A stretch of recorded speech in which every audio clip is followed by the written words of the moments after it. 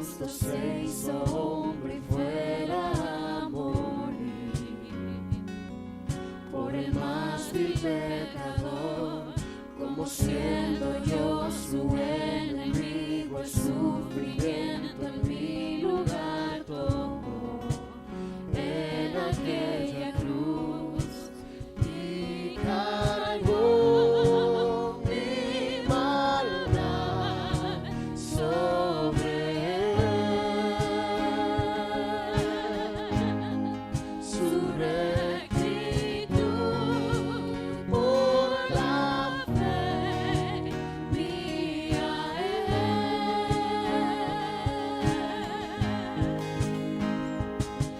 Aleluya, glorioso intercambio, oh cuán gran misterio, que por gracia salvo soy.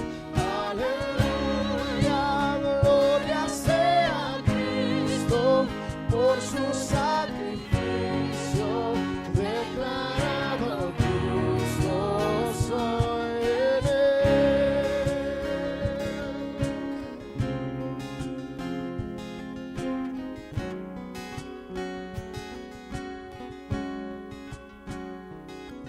¿Cómo es posible que en Jesús, como a su Hijo, Él le recibió y su nombre llevó su perfecta vida de obediencia al Padre? Al yo creer, Él me otorgó y perdón me dio, pues cargó mi maldad sobre él. Su rectitud por la fe mía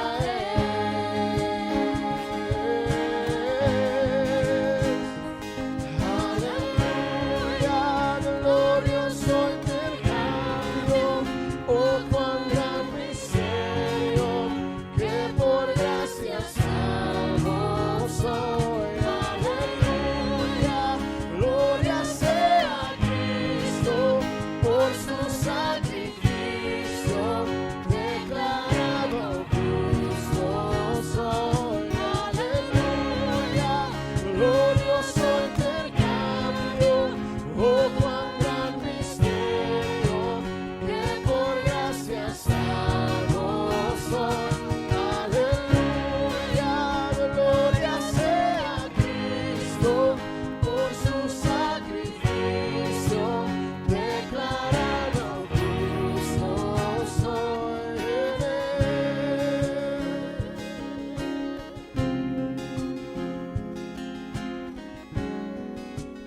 Declarado justo soy en él.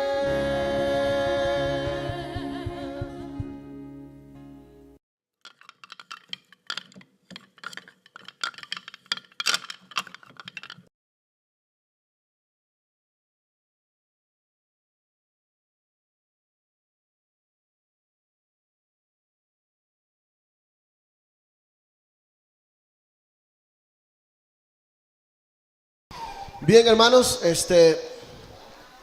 me toca cubrir un tema que no lograré cubrir, solo para ser honesto. La iglesia, su mensaje. Mi única ambición en esta ocasión es dar una pobre introducción a este glorioso tema. Y pido que por favor, a pesar del cansancio y que el chamorro le está haciendo cosquillas para que se duerma o lo está arrullando, que usted permanezca despierto, ¿verdad? Como los discípulos cuando estaban en el monte de la transfiguración, estaban rendidos de sueño, pero permaneciendo despiertos. Así que lo que vamos a hacer es, vamos a considerar un pasaje de la Escritura. Así que si me acompaña, yo estaré poniendo acá los pasajes de la Escritura, como nuestro hermano Ryan, que me copió, no sé, por alguna razón. Trataré de ponerlos acá para que podamos movernos más rápidamente. ¿Sí? Entonces vamos a estar en Lucas Si quieren dejar abierta su Biblia en Lucas, porque también estaré yendo a otros lugares de la Escritura. Lucas capítulo 24, vamos a leer del 44 al 49. ¿Sí? El proyector de repente cree que es de 3D y parece que saltan las palabras. Vamos a dar la lectura. Y les dijo: estas son las palabras que os hablé estando aún con vosotros, que era necesario que se cumpliese todo lo que está escrito de mí en la ley de Moisés, en los profetas y en los salmos. Entonces les abrió el entendimiento para que comprendiesen las escrituras. Y les dijo: así está escrito. Y así fue necesario que el Cristo padeciese y resucitase de los muertos al tercer día, y que se predicase en su nombre el arrepentimiento y perdón de pecados en todas las naciones, comenzando desde Jerusalén. Y vosotros sois testigos de estas cosas. He aquí, yo enviaré la promesa de mi Padre sobre vosotros, pero quedaos vosotros en la ciudad de Jerusalén hasta que seáis investidos de poder desde lo alto. Vamos a orar. Padre Celestial, te rogamos que añadas bendición a la exposición de tu palabra, que nos des gracias, Señor, para estar atentos, y que en tu misericordia nos concedas que tu pueblo escuche la voz de su pastor, y no solamente escuchemos la voz del hombre, sino que detrás de la voz del hombre escuchemos la voz de nuestro Señor Jesucristo. Rogamos, Señor, abre nuestra mente y corazón a tu palabra. Te lo pedimos en Cristo, para su gloria, por sus méritos. Amén. Bien, ubiquémonos en el contexto. Imaginen esto. El Señor Jesús había resucitado ya de entre los muertos. O sea que la tumba estaba ya vacía. El precio del pecado había sido pagado. La muerte había sido vencida. La salvación eterna había sido adquirida. Gloriosas noticias, ¿no? Pero los discípulos no estaban celebrando. Llegaban reportes de que la tumba estaba vacía y reportes de que ángeles proclamaban la resurrección del Señor Jesús. Llegaban reportes de que el maestro mismo había aparecido, o incluso que había hablado con algunos de ellos. Y a todo esto los 11 discípulos estaban perplejos, confundidos. No sabían qué pensar sobre esto, porque aún no entendían el evangelio. Sabemos que no entendían el evangelio porque en el mismo contexto, cuando Jesús aparece vivo de entre los muertos, ellos gritan: ¡ah, un fantasma! Ellos no esperaban que Jesús resucitara. Cuando la realidad finalmente comienza a sentarse sobre ellos, de que Jesús estaba con ellos en cuerpo y alma, porque Jesús tiene que decir: vean las heridas, examinen, estoy comiendo, un fantasma no come, soy yo. Cuando finalmente ellos se convencen de que Jesús había realmente resucitado, que estaba con ellos en cuerpo y alma, aún así, ellos no entendían ¿qué era esto que estaba sucediendo? Ellos se seguían preguntando: ¿pero por qué? Si Jesús iba a resucitar, entonces ¿para qué muere para empezar? ¿Cómo debían entender esto? ¿Qué significaban estas cosas? Y fíjense que ellos no solamente conocían los eventos, ellos los presenciaron. Ellos estuvieron presentes en la muerte y resurrección de Jesucristo, pero ellos no comprendían. Y para responder a estas preguntas que ellos tenían, el mismo Señor Jesucristo toma tiempo. Yo tomaré 40 minutos de su vida. Él tomó como 40 días en estudio bíblico para explicarles así está escrito y así fue necesario. El Señor les explica el evangelio y por qué fue necesario que Él muriera y resucitara. No solo los eventos, el significado. Luego les dice que ellos deben llevar este mensaje al mundo, llamando a todos al arrepentimiento. y después les promete que van a recibir el poder que necesitan para llevar a cabo la misión. Entonces lo que tenemos en este pasaje que vamos a considerar el día de hoy es, número 1, el mensaje de la iglesia; número 2, el llamado de la iglesia; número 3, el poder de la iglesia. Entonces el mensaje, el llamado, el poder de la iglesia, aquí están. Vamos a ver más lentamente esto, ¿sí? Regresamos a los versos 46, 44 y 46. Y les dijo: estas son las palabras que os hablé, estando aún con vosotros, que era necesario que se cumpliese todo lo que está escrito de mí en la ley de Moisés, en los profetas y en los salmos. Entonces les abrió el entendimiento para que comprendiesen las escrituras. Y les dijo: así está escrito, y así fue necesario que el Cristo padeciese y resucitase de entre los muertos al tercer día. Ahora, notemos para empezar que Jesús les está diciendo que lo que ven en su muerte y resurrección era el necesario cumplimiento de todo lo que la Escritura dice. ¿Sí? Ahora yo me pregunto, ¿por qué era necesario que la Escritura se cumpliese? Y la respuesta parece súper obvia, pero déjeme decírsela: era necesario que la Escritura se cumpliera porque Dios es quien habla en la Escritura. Y Dios no puede mentir. El Evangelio, o sea, el mensaje de la iglesia, por lo tanto, es cierto y debe ser obedecido porque es palabra de Dios. Amados, a usted y a mí nos da en ciertas ocasiones pena proclamar el Evangelio, ¿verdad que sí? Tal vez a ciertos tipos de personas. Y hay gente que nos dice: pues mira, tú respeta mi religión y yo respeto la tuya. O nos salen con aquel dicho súper sabio que dice: todas las religiones son buenas. O peor todavía, todas las religiones llevan a Dios. Y los inconversos, queriendo ser inclusivos y tolerantes, arrojan el glorioso evangelio del Señor Jesucristo a la misma categoría que las religiones del mundo. Pues la tuya es tan buena como la mía. Pero como sabemos, hay un minúsculo problemita con eso. Y es que todas las religiones del mundo son falsas, porque no son palabra de Dios, son palabras de hombres pecadores. Pero cuando se trata del evangelio, sin embargo, el evangelio es cierto porque es palabra de Dios. Amén. No es que el evangelio me funciona a mí y que tal vez te funcione a ti. No es que personalmente a mí me gusta más y tal vez a ti te guste. No es que los cristianos nos portamos más bien que los de otras creencias. No es que el evangelio tiene más sentido que otras creencias. Más bien, la iglesia sigue predicando el evangelio y llamando a que todos dobleguen sus rodillas ante él, porque es lo que el Dios Altísimo ha dicho.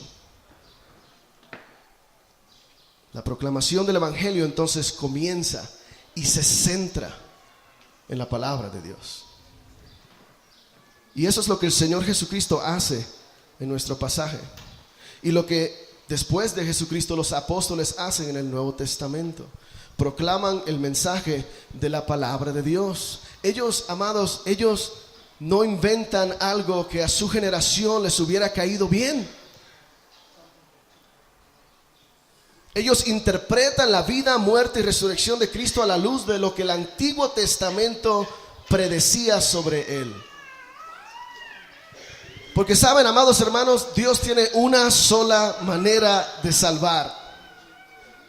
Y tiene un solo Salvador. Y Dios fue a través de cientos de años revelando a ese Salvador y revelando esa manera de salvar un poquito aquí y un poquito allá a los fieles. Entonces, amados, Cristo y su evangelio son el cumplimiento de la esperanza de los santos del Antiguo Testamento. Pedro dice acerca de Jesús: de este dan testimonio todos los profetas.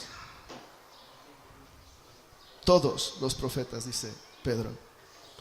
Cristo Jesús, amados, no inventó una nueva religión, no trajo una salvación que no existía en el tiempo del Antiguo Testamento. Solo hizo que sus discípulos entendieran que lo que los profetas habían dicho, lo habían dicho acerca de Él. No trajo algo que no estaba en el Antiguo Testamento. Los discípulos predicaban del Antiguo Testamento mientras escribían el Nuevo. Amén. Entonces, cuando Jesús ilumina a los discípulos para que entiendan que el Antiguo Testamento se trataba de Él, ellos comenzaron a entender y a hacer lo mismo en su propia proclamación. Con su permiso.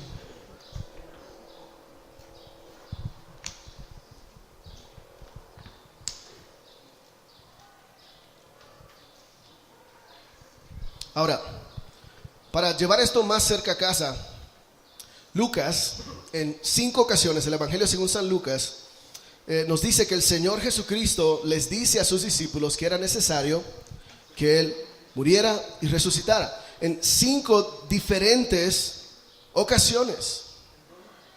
¿Sí? Y no es como si el Señor Jesús estuviera hablando en parábolas. De hecho, Jesús les da muchos detalles. Chequen esto. Lucas 18 dice: he aquí subimos a Jerusalén y se cumplirán las cosas escritas por los profetas acerca del Hijo del Hombre. Pues será, escuchen los detalles, entregado a los gentiles, será escarnecido y afrentado y escupido, y después que le hayan azotado, le matarán, mas al tercer día resucitará. Son muchos, ¿verdad? Y muy precisos detalles. Tenemos entregado a los gentiles, saliva, azotes, escarnio, muerte, resurrección después de 3 días. Sin embargo, ellos no entendieron. Y yo estoy seguro que ellos podrían haber citado a Jesús palabra por palabra, pero no lo entendieron. La pregunta es: ¿por qué no lograron entender el Evangelio? Por 2 razones. Número 1, no comprendían las Escrituras. Número 2, no veían la muerte y resurrección de Cristo como algo necesario. Como algo necesario. Por eso encontramos en nuestro pasaje que el Señor Jesús les abre el entendimiento para que comprendiesen las Escrituras. No solamente para que vieran el así está escrito, sino también el así fue necesario. ¿Están conmigo? Lo mismo sucede, amados, con las personas a las cuales queremos predicarles a Cristo el día de hoy. Ellos saben que hubo un personaje llamado Jesús, el Cristo, que vivió, murió y resucitó. Y ellos siguen diciendo: ¿y qué? Yo tengo mi religión. Saben los eventos, pero no saben su significado. Y Jesús no solo citó las Escrituras, las interpretó para sus discípulos. Voy a tratar de hacer brevemente un poco de esto. Brevemente. Para comprender el mensaje de la iglesia, vamos a preguntar: ¿qué fue necesario y por qué fue necesario? ¿Ok? ¿Qué fue necesario y por qué fue necesario? Según nuestro pasaje, hay 3 cosas que fueron o son necesarias. Número 1, que el Cristo padeciera. Número 2, que el Cristo resucitara. Número 3, que se predicara en su nombre el arrepentimiento y el perdón de pecados. Vamos a verlo uno por uno. Número 1, dice nuestro pasaje que así fue necesario que el Cristo padeciese. Ahora, nuevamente, ¿por qué fue necesario? En primer lugar, repito, porque así Dios lo había dicho. Y Dios no puede mentir. ¿Dónde ha dicho Dios, o dónde había proclamado Dios a través de los profetas que su Cristo iba a padecer? Hay muchos lugares, pero hay uno que es muy claro, ¿no? Tal vez al que vamos muy seguido. Isaías 53, en el verso 12 dice: por tanto yo le daré parte con los grandes, y con los fuertes repartirá despojos. Por cuanto derramó su vida hasta la muerte y fue contado con los pecadores, habiendo él llevado el pecado de muchos y orado por los transgresores.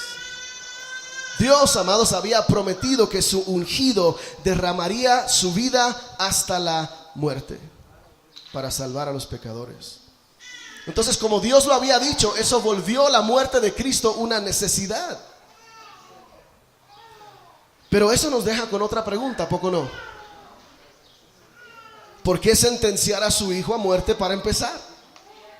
¿Verdad? ¿Por qué no encontrar otro modo de salvar a los pecadores? La respuesta, amados, a esa pregunta se encuentra en quién es Dios y quiénes somos nosotros. Yo quiero que recordemos rápidamente 4 verdades que sabemos, así que solamente las recordaremos. Número 1, recordemos nuestra relación con Dios. En Génesis 1:1, como vimos el día de ayer, dice: en el principio creó Dios los cielos y la tierra. O sea que lo primero que la Biblia dice es que Dios es el creador. Ahora, piensen en esto: si Dios es el creador, Él es el dueño, todo le pertenece. Sí, y tal vez no les sea sorpresa, pero eso nos incluye. Amén. Nosotros somos propiedad de Dios, le pertenecemos a Dios. Entonces Dios puede hacer con nosotros como bien a Él le parezca, ¿cierto? Qué bueno. Pero hay algo más. Que Dios sea nuestro creador significa que el propósito de nuestra existencia viene de Él. No podemos nosotros forjar nuestro propio destino. Estamos aquí con un destino ya forjado para nosotros por nuestro creador. Eso no es sorpresa, ¿verdad, hermanos? ¿Cuál es ese propósito? También de Génesis 1. Entonces dijo Dios: hagamos al hombre a nuestra imagen, conforme a nuestra semejanza. Fuimos creados para reflejar a Dios. Fuimos creados como espejos que reflejen la santidad, la bondad, el amor, la fidelidad, la sabiduría, la voluntad de Dios. Ese es nuestro propósito. Amén. Esas son las cosas que el hombre debe reflejar. Básicamente fuimos creados por Dios para su gloria y placer. Como dice Romanos, porque de Él y para Él son todas las cosas. A Él sea la gloria. Entonces Dios no nos creó para que escogiéramos nuestro propio destino, inventáramos nuestras propias reglas y decidiéramos vivir sin Él. Pero eso es justo lo que el hombre ha hecho. A pesar de que somos criaturas inferiores, que dependemos de Dios y que le pertenecemos a Dios, nos hemos levantado en oposición a Él, rechazándolo y haciendo nuestra propia voluntad para luego colocarnos a nosotros mismos en su trono. Esa es la primera verdad que debemos recordar. Número 2, recordemos la santidad de Dios. Ahora, todo pecado es asqueroso y condenable ante los ojos de Dios, porque Dios es santo. Amados, Dios no solamente hace y dice y piensa siempre lo que es bueno. Dios es la medida de lo que es bueno. Algo es bueno si se conforma al carácter y la ley de Dios. Dios es la definición de lo que es bueno. Entonces, para que Dios pueda aceptar y abrazar a alguien, ese alguien debe reflejar perfectamente su carácter. Dios no puede aceptar y abrazar al pecador. Eso sería injusticia, sería participar en el pecado del pecador.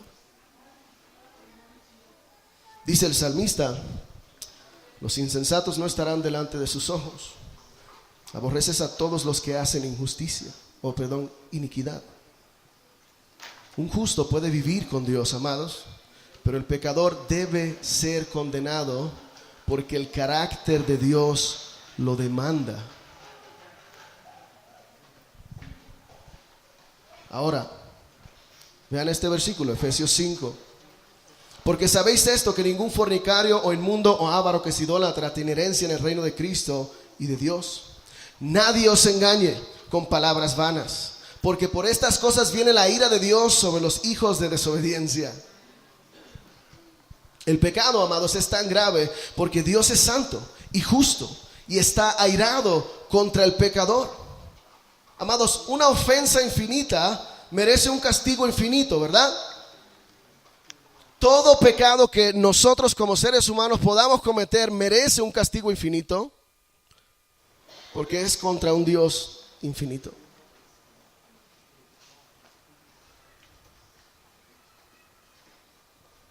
Sin embargo, el problema es de hecho más grande que eso, más grande que el hecho de que hemos cometido algunos pecados.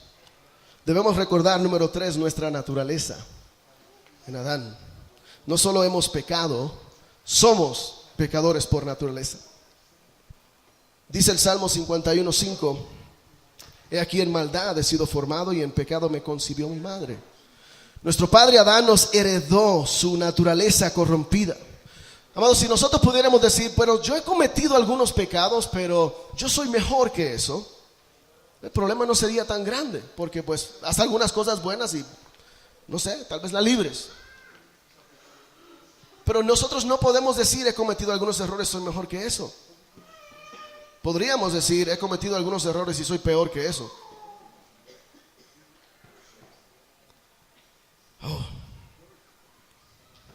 Consideren, hermanos, 2 versículos. Quiero que veamos que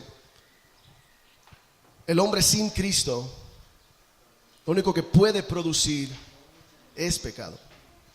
Chequen esto, lo conocen ya, pero Isaías 64:6 dice, si bien todos nosotros somos como suciedad y todas nuestras justicias como trapo de inmundicia.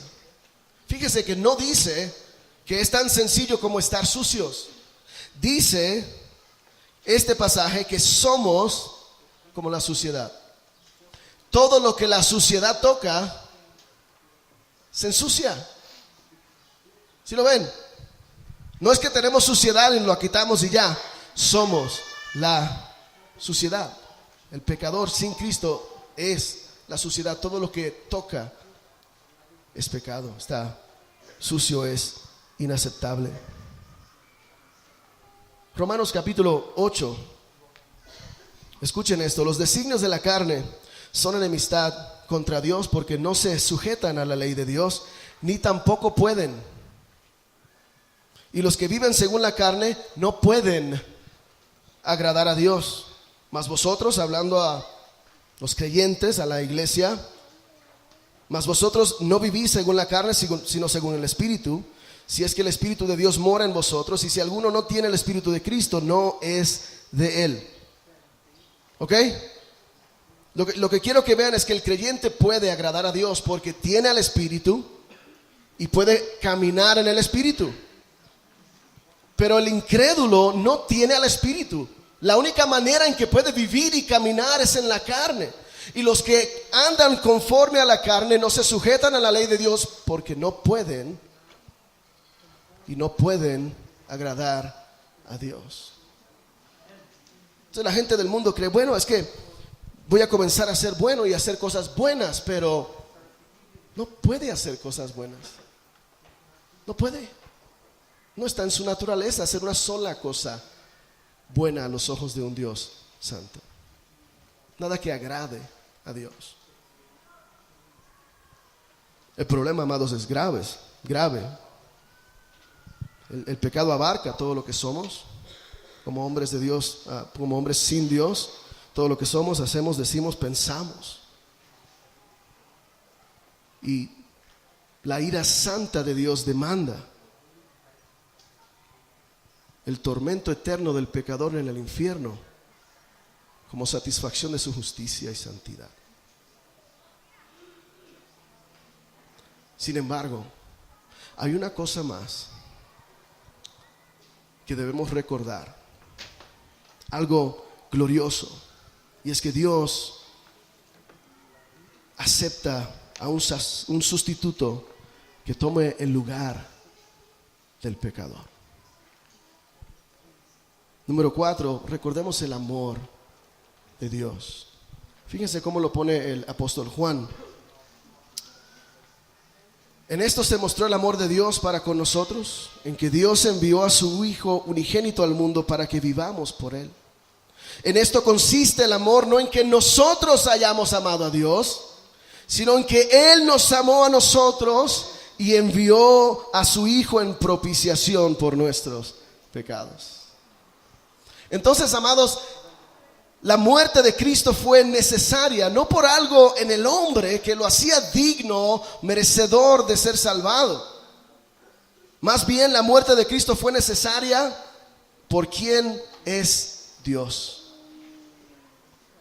Dios no iba a tolerar que su creación se rebelara impunemente, pero en su amor Dios descargó toda su ira que nosotros merecíamos en su Hijo, un sustituto perfecto, santo y suficiente. La muerte de Cristo fue necesaria para satisfacer las demandas justas de Dios, dejando a Dios libre para perdonar en justicia al pecador. Amén. Entonces, en la cruz Dios demostró su santidad, derramando su ira sobre el pecado, y al mismo tiempo su amor infinito al derramar esa ira sobre su Hijo, con el fin de librar al pecador de condenación eterna. Y como dice el salmista, la misericordia y la verdad se encontraron, la justicia y la paz se besaron. Amén. Entonces, volviendo a nuestro pasaje, también nos dice el Evangelio según San Lucas que el Señor Jesús dijo que era necesario no solamente que el Cristo padeciera por las razones que estamos viendo, sino que también era necesario que el Cristo resucitase de entre los muertos. Ahora, ¿por qué fue necesario? Que Dios lo había prometido en su palabra. ¿Dónde? ¿Dónde había dicho Dios que el Cristo resucitaría?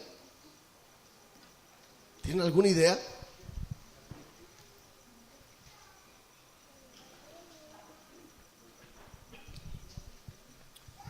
No todos a la vez. Los apóstoles tienen un lugar favorito que seguramente aprendieron de Cristo durante este tiempo en que Él estuvo enseñándoles. Escuchen el argumento directamente del apóstol Pedro. Pedro dice, porque David dice de él: veía al Señor siempre delante de mí, porque está a mi diestra, no seré conmovido. Por lo cual mi corazón se alegró y se gozó mi lengua, y aún mi carne descansará en esperanza, porque no dejarás mi alma en el Hades, ni permitirás que tu santo vea corrupción. Me hiciste conocer los caminos de la vida, me llenarás de gozo con tu presencia. Y comienza a explicar aquí Pedro: varones hermanos, si os puede decir libremente del patriarca David, que murió y fue sepultado, y su sepulcro está con nosotros hasta el día de hoy. Pero siendo profeta y sabiendo que con juramento Dios le había jurado que de su descendencia en cuanto a la carne levantaría al Cristo, para que se sentase en su trono, viéndolo antes, habló de la resurrección de Cristo, que su alma no fue dejada en el Hades, ni su carne vio corrupción. A este Jesús resucitó Dios, de lo cual todos nosotros somos testigos. Ahí está en el Antiguo Testamento a plena vista. Amén. Dios había destinado a Jesucristo a ser el primogénito de entre los muertos. Eso hacía que su resurrección fuera absolutamente necesaria, porque Dios es veraz, cumple su palabra. Pero de nuevo, eso me deja a mí con otra pregunta. ¿Por qué era esto? ¿Por qué dice esto Dios de él? ¿Por qué prepara de antemano la resurrección de Cristo? ¿Qué importancia tiene la resurrección de Cristo en el plan de Dios? ¿Se ha hecho esa pregunta?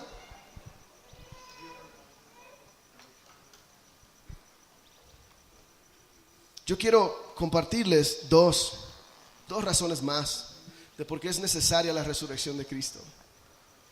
Y para mí, yo encuentro esto fascinante. Número uno, la resurrección de Cristo asegura nuestra justificación. Fíjese, Romanos 4 y verso 25 dice que Jesús fue entregado por nuestras transgresiones y resucitado para nuestra justificación. Y si usted es como yo y lee la Biblia haciendo preguntas, yo me pregunto, ¿cómo es que conecta Pablo la resurrección con la justificación? Digo, yo conectaría más bien la justificación con la vida de Jesús. Pero ¿cómo la conecta Pablo con su resurrección? Yo les voy a traer aquí el pensamiento de otro cristiano. Voy a citar a otro hermano aquí. Es largo, pero quédese conmigo. Se duerme antes de cenar si quiere, pero no ahorita. Al resucitar a Cristo de entre los muertos, Dios el Padre estaba en efecto diciendo que aprobaba la obra de Cristo al sufrir y morir por nuestros pecados, que su obra quedaba terminada y que Cristo ya no tenía ninguna necesidad de seguir muerto. No quedaba pena que pagar por el pecado, ni tampoco más ira de Dios que llevar, ni más culpa que castigar. Todo ha quedado completamente pagado y no queda ninguna culpa pendiente. En la resurrección, Dios estaba diciéndole a Cristo: apruebo lo que has hecho y has hallado favor ante mis ojos. Escuchen esto. Esto explica por qué Pablo puede decir que Cristo fue resucitado para nuestra justificación.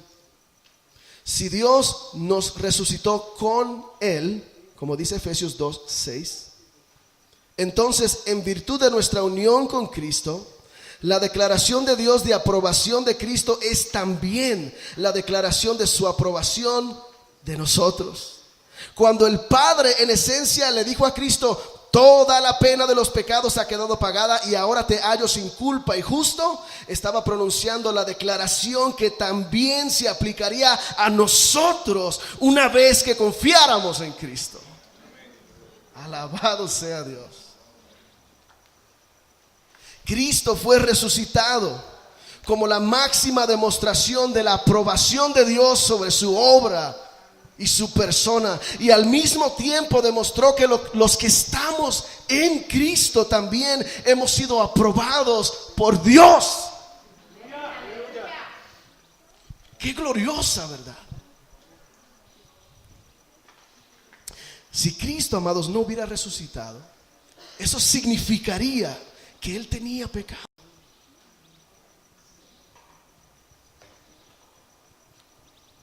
Que su obra en la cruz fue insuficiente.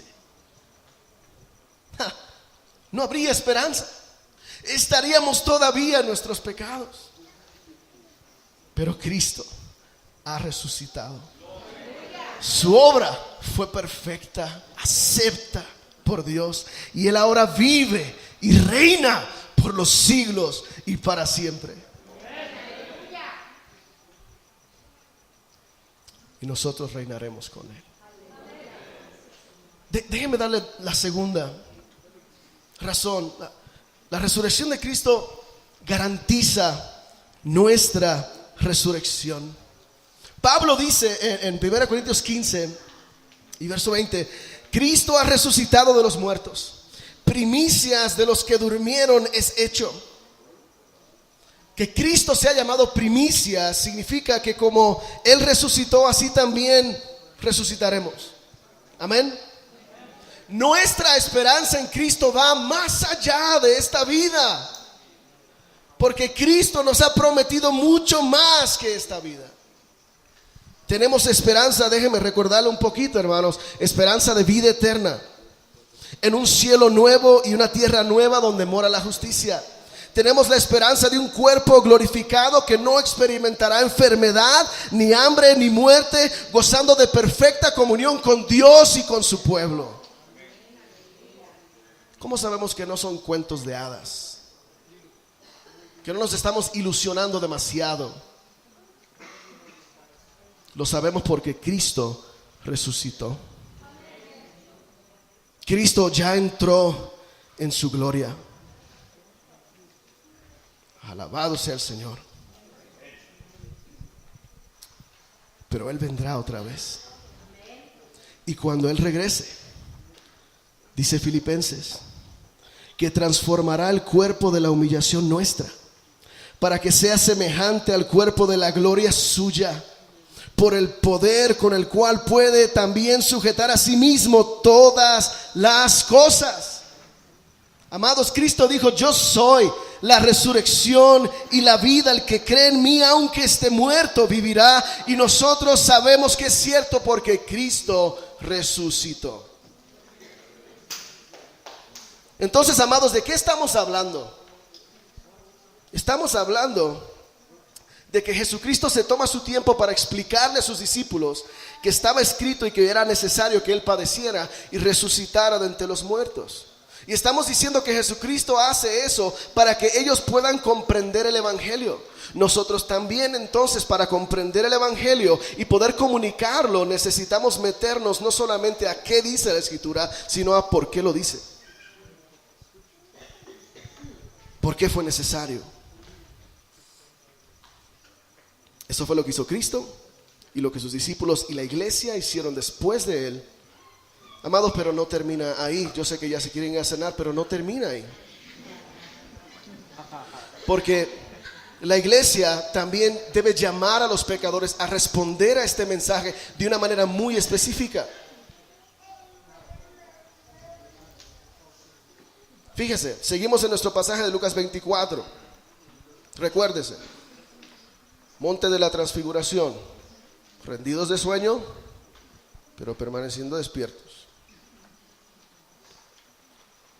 Dice Lucas 24:47. Y que se predicase en su nombre, ¿el qué?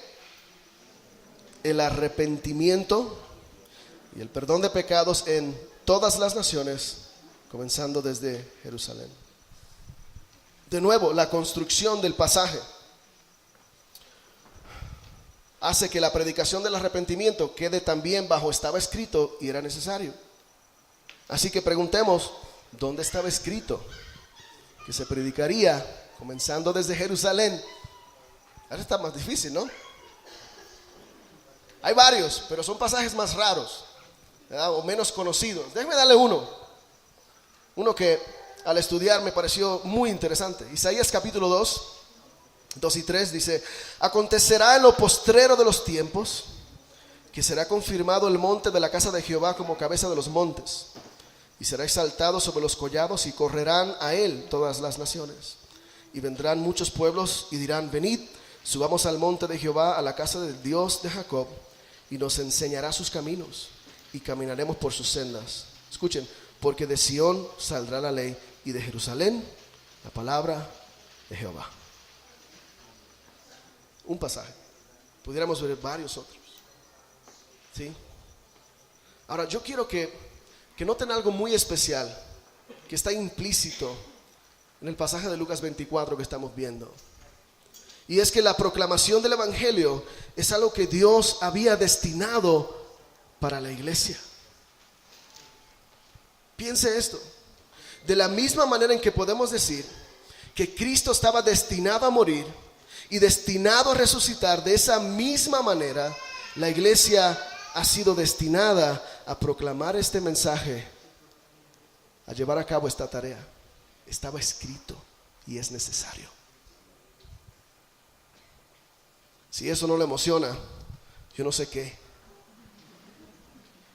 Este es el plan eterno de Dios. Amados, la pregunta no es: ¿la iglesia tendrá éxito?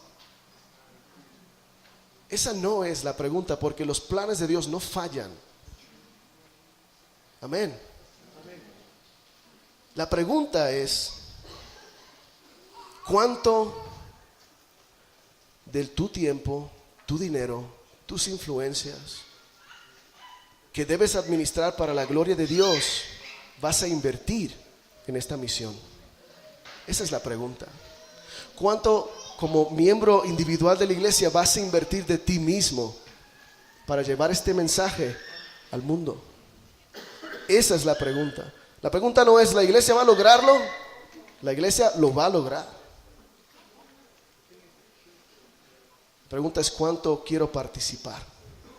¿Cuánto del premio me quiero llevar? Amén.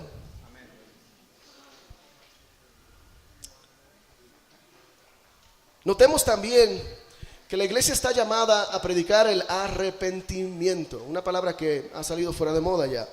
¿Sí? El arrepentimiento, amados, déjenme ser claro, el arrepentimiento no es el evangelio. ¿Sí? Hay mucha gente que cree en el evangelio del arrepentimiento, pero eso ni siquiera es bíblico. Y es gente que piensa que tú nomás te arrepientes antes de morir y ya.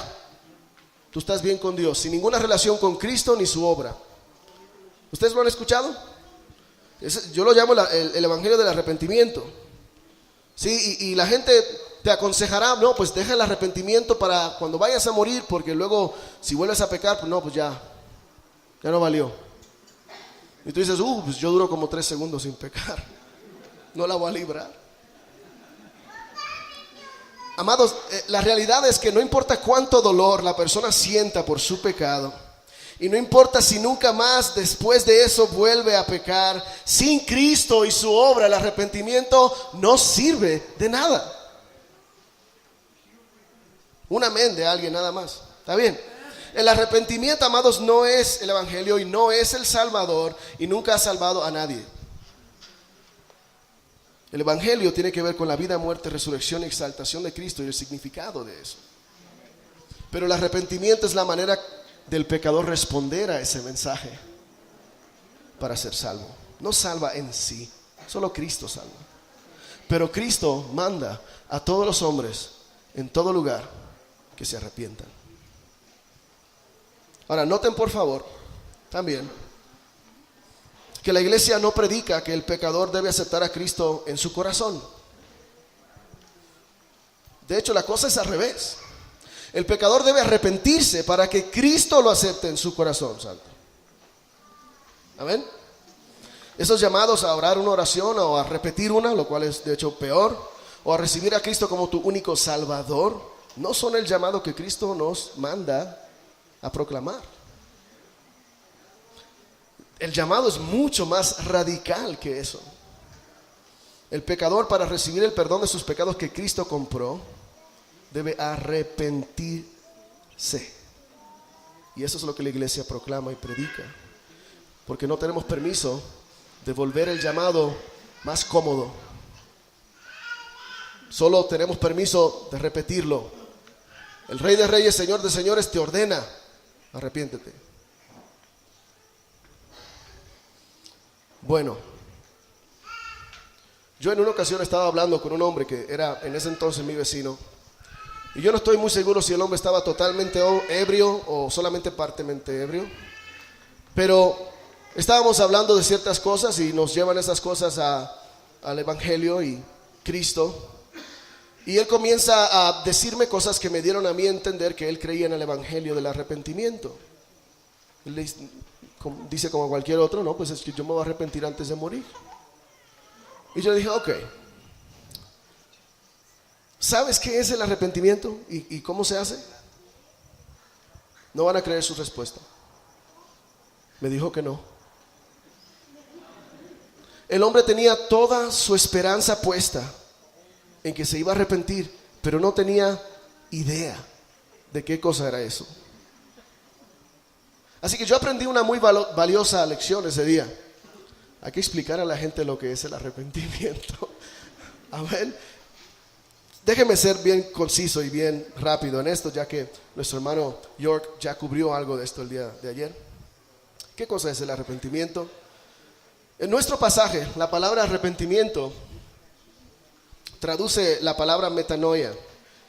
Y la palabra metanoia está compuesta por después y mente, lo cual implica un nuevo modo de pensar. ¿Sí? Un nuevo modo de pensar respecto a ¿qué? Pues, respecto a todo. Sería la respuesta más rápida. El arrepentimiento es una nueva manera de pensar, una nueva actitud hacia la vida, hacia Dios, hacia el pecado, hacia la santidad, hacia la verdad, hacia todo. Amados, en su raíz, el arrepentimiento es un cambio de Señor en lo más profundo del ser humano. La gente piensa en el arrepentimiento como que, bueno, voy a dejar algunos pecados. Era fumador, ya no voy a fumar, y ya no voy a beber, y ya no voy a ser mujeriego, etc. Pero fíjese, Juan el Bautista, y usted lo puede buscar en Mateo capítulo 3 y versículo 8, él dice que las personas deben hacer frutos dignos de arrepentimiento, ¿verdad que sí dice? Ok, para Juan el Bautista, el fruto y el arrepentimiento entonces eran dos cosas distintas. Una cosa era el arrepentimiento, lo cual producía fruto. Ese fruto entonces, si usted sigue el pasaje, si usted sigue los relatos sobre Juan el Bautista, él les explica: los que extorsionan ya no extorsionen, los que tienen dinero den a los pobres. Y comienza a hablar de obras que demuestran el arrepentimiento. Pero el arrepentimiento en sí es otra cosa que va todavía más profundo que simplemente un cambio de conducta. ¿Están conmigo? Amén. Amén. Entonces también lo que mucha gente piensa es que el arrepentimiento es un estado de tristeza, que se siente la gente triste por el pecado. Ahora, si usted va a la carta de Pablo, segunda carta de Pablo a los Corintios, usted notará que Pablo le dice a los corintios que hay una tristeza que lleva a la persona al arrepentimiento. Entonces la tristeza es una cosa, el arrepentimiento es otra. Hay tristeza que produce arrepentimiento y hay tristeza que no produce nada. ¿Sí? Entonces el arrepentimiento, yo creo que la manera más sencilla de explicarlo es un cambio en quién es Señor de tu vida. Un cambio de jefe. ¿Por qué? Porque todo nuestro pecado tiene la misma raíz: nuestra rebelión contra Dios, el hecho de que hemos rechazado el gobierno de Dios sobre nuestra vida y nos hemos sentado en el trono. Esa es la raíz de nuestro pecado. El pecador ha decidido ser su propio Señor, hacer sus propias reglas, tomar sus propias decisiones basándose solamente en lo que el pecador piensa que es bueno. El arrepentimiento entonces es cuando ese pecador deja su hostilidad contra Dios, se baja del trono de su vida y recibe a Cristo como nuevo Señor y jefe. Es un llamado a ceder el señorío de nuestra vida a Cristo. Un llamado a abandonar nuestro propio camino y decidir sujetarnos a Cristo como Señor. Ahora, el pecador no se vuelve de repente impecable porque hizo eso. De hecho, el arrepentimiento mismo del pecador no es perfecto. Pero lo que sí es cierto es que la dirección general de ese pecador arrepentido será hacia Dios y contraria al pecado. Ahora, estoy por terminar. Esto debería parecernos a nosotros humanamente imposible. ¿Por qué? Un pecador, enemigo de Dios, hijo de ira por naturaleza, como dice Efesios, ¿va a dejar el pecado que ama para seguir a Cristo, cueste lo que le cueste, como nuevo Señor de su vida? ¿En serio? ¿Por qué haría eso un pecador? Y lo que la iglesia hace es proclamar el evangelio según las escrituras y luego llamar a los pecadores a que se arrepientan. ¿Eso funciona? La respuesta es sí, funciona, y funciona muy bien, y ha funcionado por cientos de años. ¿Por qué? Bueno, Pablo dice que el evangelio mismo es el poder de Dios para la salvación. El mensaje mismo tiene poder. Pero además, en nuestro pasaje de Lucas, Dios nos dice que ha vestido a la iglesia de poder. Y para terminar, volvemos: vosotros sois testigos de estas cosas. He aquí yo enviaré la promesa de mi Padre sobre vosotros, pero quedaos vosotros en la ciudad de Jerusalén hasta que seáis investidos de poder desde lo alto. Cristo no le ordena a sus discípulos que hagan esta tarea en su propio poder con sus propios recursos. Dice que se queden en Jerusalén hasta que sean investidos, revestidos de poder desde lo alto. Se está refiriendo al Espíritu Santo que ellos recibieron en Pentecostés, nosotros recibimos al momento de creer.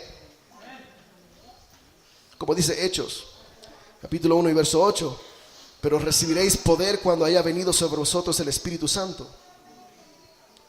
Y la razón por la cual la iglesia ha tenido tanto éxito en su misión, y la razón por la cual seguirá teniendo éxito hasta que todas las naciones escuchen el mensaje de Cristo, es que Dios ha dado a su iglesia su Espíritu Santo. No nos deja huérfanos en esta tarea. Dios, el Espíritu Santo, va adelante y con y dentro y detrás de nosotros en esta tarea. Y Él, amados, no falla. Entonces, amados, entendamos y cobremos ánimo, porque aunque nosotros seamos frágiles y torpes y inconstantes, intermitentes, a pesar de todo eso, estamos destinados al éxito. Amén, aleluya. Estamos destinados al éxito. Dios no solamente ha determinado que su iglesia llevará a cabo esta misión, sino que Dios mismo nos acompaña en esta misión. El poder que la iglesia necesita para llevar a cabo esto de la proclamación del mensaje de Cristo, ese poder que necesitamos ya lo tenemos. Entonces déjeme decirle para terminar: anuncia el evangelio, llama a los pecadores a arrepentimiento, depende del poder del Espíritu de Dios, que los resultados los dará Dios. Señor les bendiga.